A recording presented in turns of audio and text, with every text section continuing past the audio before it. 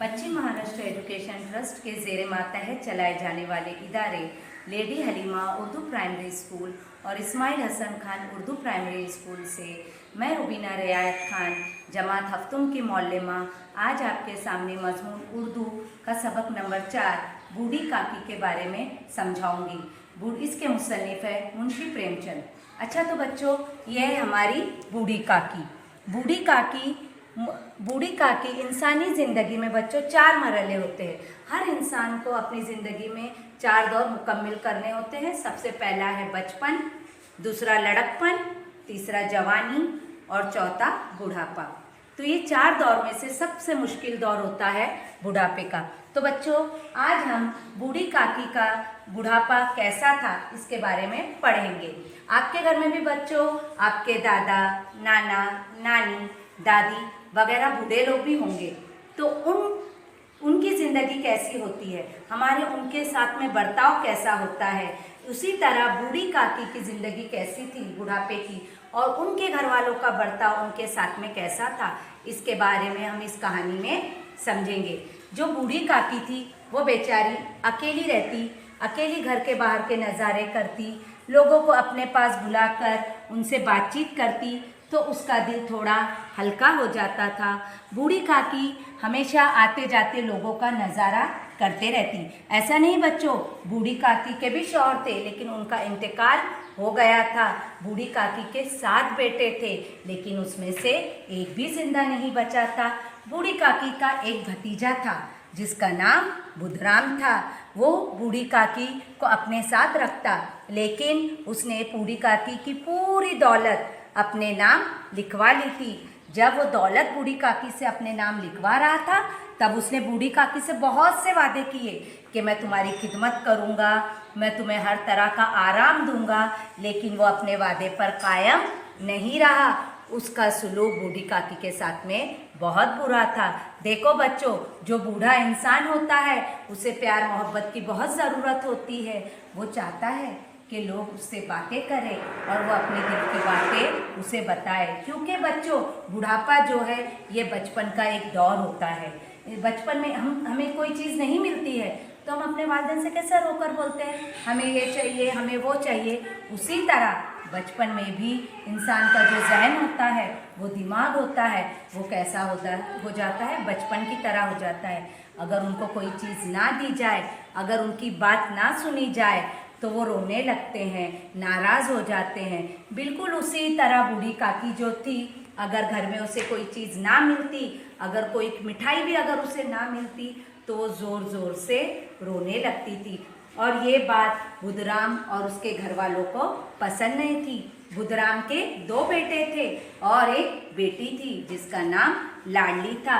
बुधराम की जो लड़की थी लाडली, वो बूढ़ी काकी से बहुत मोहब्बत करती थी, लेकिन उसके जो 2 बेटे थे वो हमेशा काकी को सताया करते थे, परेशान किया करते थे। लेकिन बूढ़ी काकी किसी से कुछ ना कहती। सिर्फ लाडली ही उस घर में ऐसी थी जो बूढ़ी काकी को अपना खाना पीना, चबीना, मिठाइयाँ वगैरह दिया करती थी और उनसे ढेर सारी बातें करती थी। आप लोग भी अपने दादा दादी, नाना नानी से घर में बातें करते हो ना बच्चों? करते होंगे। आपके दादा दादी या नाना नानी आपको रात को सोते वक्त अच्छी अच्छी कहानियाँ भी सुनाते होंगे, प्यार भरी बातें भी करते होंगे। उसी तरह लाडली जो थी अपनी बूढ़ी काकी से बहुत प्यार से, बहुत हमदर्दी से रहा करती थी। अगर घर के लोग कोई बूढ़ी काकी को डांटते तो वो उसे पसंद नहीं आता, उसका दिल जल जाता था, वो नाराज़ हो जाती थी। उसी तरह एक दिन बुधराम के बेटे का रिश्ता पक्का हो गया। रिश्ता पक्का हो जाना मतलब उसका तिलक था, यानी शादी थी। उसकी शादी का जो हमारे घरों में भी बच्चों देखो, हमारी बड़ी बहनें हैं, हमारे भाई है, अगर उनकी शादी से पहले हम क्या करते हैं, रिश्ता पक्का करते हैं। उसी तरह बुधराम के बेटे का भी रिश्ता पक्का हो गया था। घर के बाहर शहनाइयाँ बज रही थी, यानी शादी के ढोल ताशे बजाए जा रहे थे। सब लोग बहुत खुश थे। घर में औरतें की जो जमात थी वो आपस में क्या कर रही थी, गाने गा रही थी और एक दूसरे से हंसी मजाक भी कर रही थी। उसी तरह रिश्ता पक्का होने पर लोगों को खाने पर बुलाया गया था। मज़ेदार पकवान पकाए जा रहे थे। बावर्ची जो थे वो मज़ेदार पकवान पकाए जा रहे थे। खाने में पूरियाँ, कचौरियाँ, समोसे, मसालेदार तरकारियाँ, ये सब चीज़ें पकाई जा रही थी। इसकी खुशबू जो है बूढ़ी काकी तक पहुंच रही थी।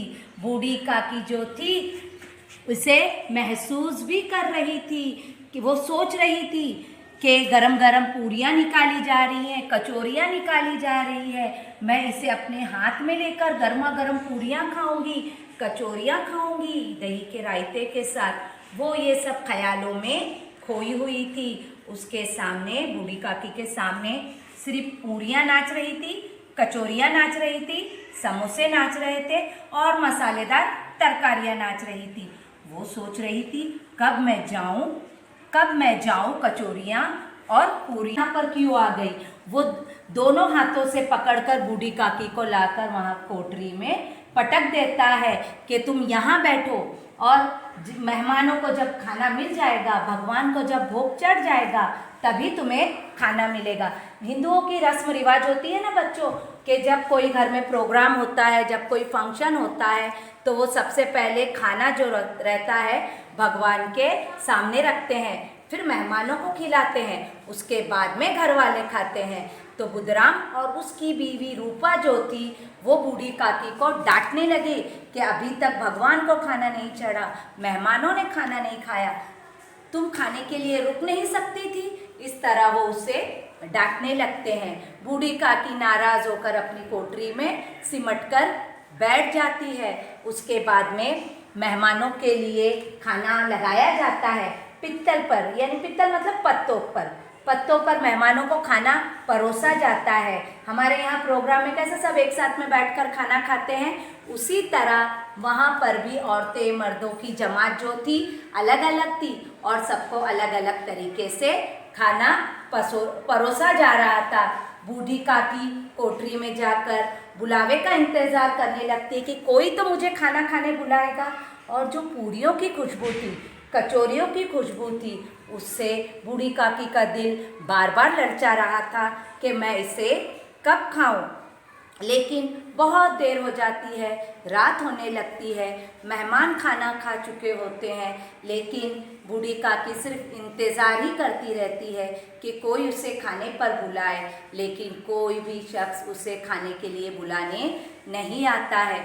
वो परेशान होकर सो जाती है। लेकिन उसी वक्त रूपा जो होती है, रूपा की बेटी जो लाडली होती है, जो बूढ़ी काकी से बेपनाह मोहब्बत करती है। आप भी अपने बच्चों, आप भी अपने दादा दादी, नाना नानी से मोहब्बत करते हैं ना। अगर आपके अम्मी या अब्बा आपके दादा या नाना नानी को कुछ बोलते होंगे तो आपको भी गुस्सा आता होगा। आप भी अपने दादा दादी से मोहब्बत करते हैं तो आप अपने अम्मी अब्बा को बोलते होंगे ना, ये हमारे दादा दादी है, इनको आप कुछ ना कहे। लेकिन लाडली इतनी छोटी थी कि वह अपने माँ बाप को कुछ बोल भी नहीं सकती थी। वो खुद बूढ़ी काकी को इस हाल में देखकर परेशान हो जाती थी। रात हो गई, खाना सबने खा लिया, मेहमान खाना खाकर चले गए, लेकिन बूढ़ी काकी को खाने के लिए किसी ने ना पूछा। बिस्तर लग गया, सब सो गए, रूपा सो गई, लेकिन लाडली बेहद परेशान थी। उसे नींद बिल्कुल नहीं आ रही थी। उसको सिर्फ एक ही बात सताए जा रही थी कि घर के सब लोग खाना खा चुके और बूढ़ी काकी को एक लुकमा भी किसी ने नहीं दिया। उसने अपने हिस्से की पूरियाँ, एक थाली में उसने अपने हिस्से की पूरियाँ, समोसे और कचौरी रखी रहती है।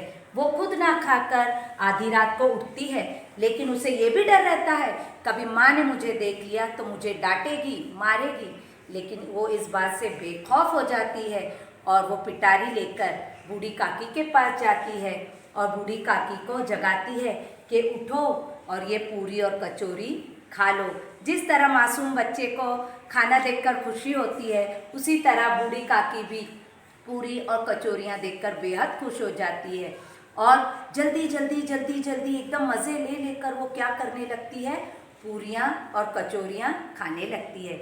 लेकिन वो क्या होती है, लाडली के हिस्से की होती है, थोड़ी सी होती है, लेकिन उससे बूढ़ी काकी का पेट बिल्कुल नहीं भरता। वो लाडली से कहती है, जहाँ खाना बना था, जहाँ मेहमानों ने बैठकर खाना खाया था, लाडली तू मुझे वहाँ ले चल। लाडली को समझ में नहीं आता कि बूढ़ी काकी वहाँ जाना क्यों चाहती है। फिर भी लाडली जो है बूढ़ी काकी को लेकर वहाँ जाती है। तो बूढ़ी काकी उकड़ू बैठकर, जो पतीले होते हैं, तरकारी का पतीला होता है, पूरियों से तला हुआ जो भगोना था वो होता है, और समोसे के जो बर्तन होते हैं उसमें से जो रेजे रेजे जो टुकड़े, पूरियों के टुकड़े, समोसे के टुकड़े और कचौरियों के टुकड़े उठा उठा कर मज़े ले लेकर वो उसे खाती है। तो ये देखकर लाडली को बहुत बुरा लगता है। उसी वक्त क्या हो जाता है बच्चों, रूपा की आँख खुल जाती है। रूपा जाग जाती है। वो देखती है कि लाडली उसके बाजू में नहीं है। वो बहुत परेशान हो जाती है। वो उठकर बाहर आती है तो क्या देखती है बच्चों, कि बूढ़ी काकी पतीलों में से पूरी के रेजे, पूरी के टुकड़े, समोसे के टुकड़े और तरकारी जो है वो ले लेकर खा रही है। रूपा का दिल थोड़ा सा डर जाता है। वो सोचती है, ए भगवान, मैं ये क्या कर रही थी।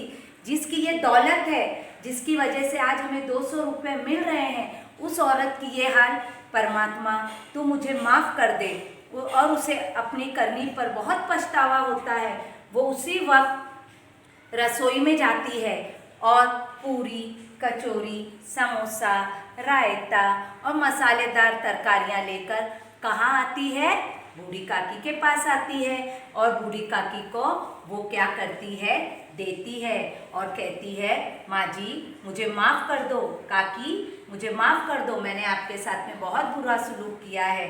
भगवान करे वो भी मुझे माफ़ कर दे, आइंदा से मैं ऐसा नहीं करूँगी। और बूढ़ी काकी को जब खाना मिल जाता है तो वो सब बातें क्या हो जाती है, भूल जाती है।